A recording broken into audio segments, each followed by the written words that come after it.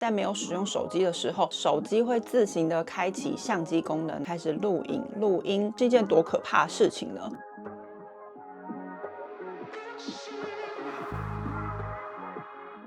欢迎来到 Hi Day， 我是喜娜。今天呢，由我来跟大家分享社会案件。前阵子我在 Netflix 上看到了一部电影《千万别开门》，韩国是翻 Target， 主角呢是申惠善。电影的内容呢，就是讲说申惠善她在韩国的一个二手交易的 App 上面购买了一个二手的洗衣机，后来发现呢这个洗衣机不能用，她就很生气，然后上网批评这个卖家。自此之后，周遭就发生了一连串诡异的事件，包含她的手机会自行的发简讯，会有人跟踪他，然后他周遭所有的事物都被公开在网络上。这个故事围绕的呢，就是骇客入侵这件事情。今天呢，就是要来跟大家分享骇客入侵的案件。电影里面其实有一些情节，女主角在睡觉或者是在没有使用手机的时候，手机会自行的开启相机功能，开始录影、录音，远端开始操控手机，看她的网页内容、个人资讯、账号密码，操控她的手机去发讯息、打电话给别人。这些内容其实我当初在看的时候觉得哇有点扯，后来仔细查了之后呢，发现其实有类似的新闻出现。这个被害者呢，他是一个在网络上算是还蛮活跃的一个 Instagrammer， 他就说常常会收到私讯说要广告交换啊，要提供一些免费的商品让我试用等等的，其中就有一个是要我扫描 QR code， 他就扫描了，手机呢就自行了下载了一个可以远端操控的 App，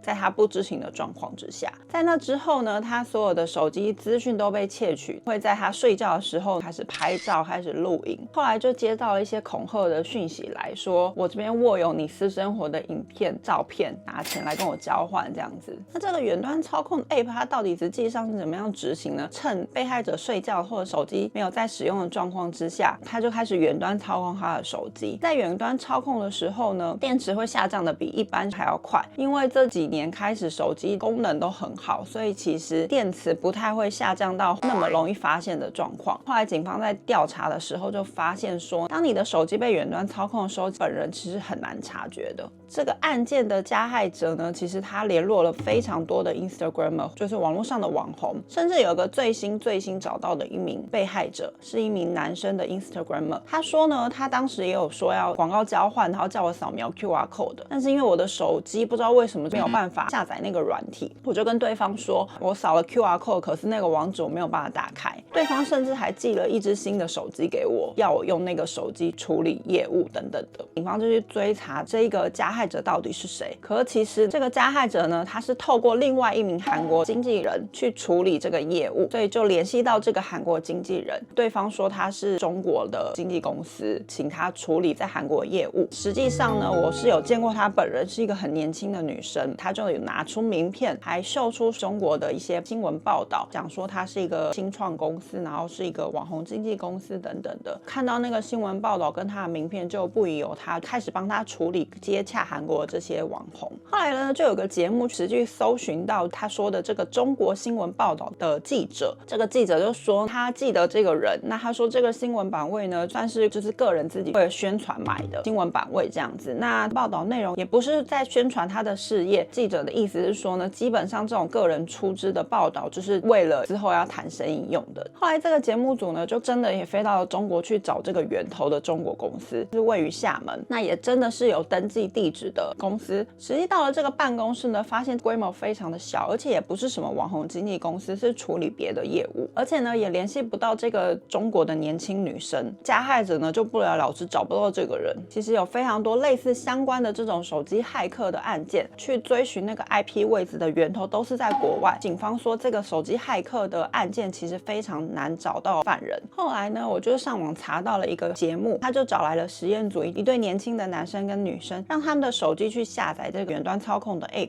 过他们原本的生活。后来再透过大荧幕去远端操控他们的手机，他们一整天的生活包含去健身房、去办公室上班，然后跟谁聊天、去买了饮料、花了多少钱等等的，这些都一目了然，随时也可以录影跟录音、照相等等的。那除了了手机之外呢，有非常可怕的另外一个骇客入侵家里的智能中控。韩国基本上新型的这种公寓都会有一个智能中控，那韩文是叫 Workpad， 像我们家也有，因为我们家也是住公寓，就是这种大型的社区。Workpad 算是一个平板，放在家里客厅的一个墙面上，平板上面就是可以控制家里所有的家电，包含家里的照明、家里的大门开关，或者是家里的瓦斯、水等等的都可以控制它。平板上面就会有一个 camera 嘛，警方就有接到某一个社区他家里的这个智能中控被骇客入侵，透过这个 camera， 居民的私生活全部都被录进去，这样的影片呢被传到国外的网站上面去。智能中控被骇客入侵是一件多可怕的事情呢？像韩国这种大型社区，整个是一个互联网，智能中控是互相连接的，只要有一家被入侵的话，整个社区所有的资讯都会被入侵，可以控制你家的大门，可以让你家的大门自动被打开，这个是一个非常可怕的事情。新闻报道一出之后，就闹得人心惶惶嘛，然后政府也紧急的出了对应措施，提醒居民们要定期更换家里的电子锁的密码。家里如果有这个智能中控的话 ，camera 的地方用贴纸贴起来。警方的说辞呢，因为骇客入侵的源头都是在国外，跟手机骇客一样，他们其实是很难抓到犯人的，只能用这样的因应措施去防范了。另外呢，我还找到一个新闻报道，大家如果在外面紧急手机没有电的时候，不是都会在公共场所去充电吗？国外呢有卖一种充电线，它的外观跟一般的充电线一样，可是呢它里面是有晶片的。当你的手机一插上这个充电线之后，手机的资料就会被窃取，然后任何你的平板、印表机这些电子商品都是透过充电线是可以被窃取资料的，对方就可以截取你的手机里面的资讯，包含你的账号密码，然后也可以远端操控录影跟录音等等的。在外面使用充电线的时候要小心一点。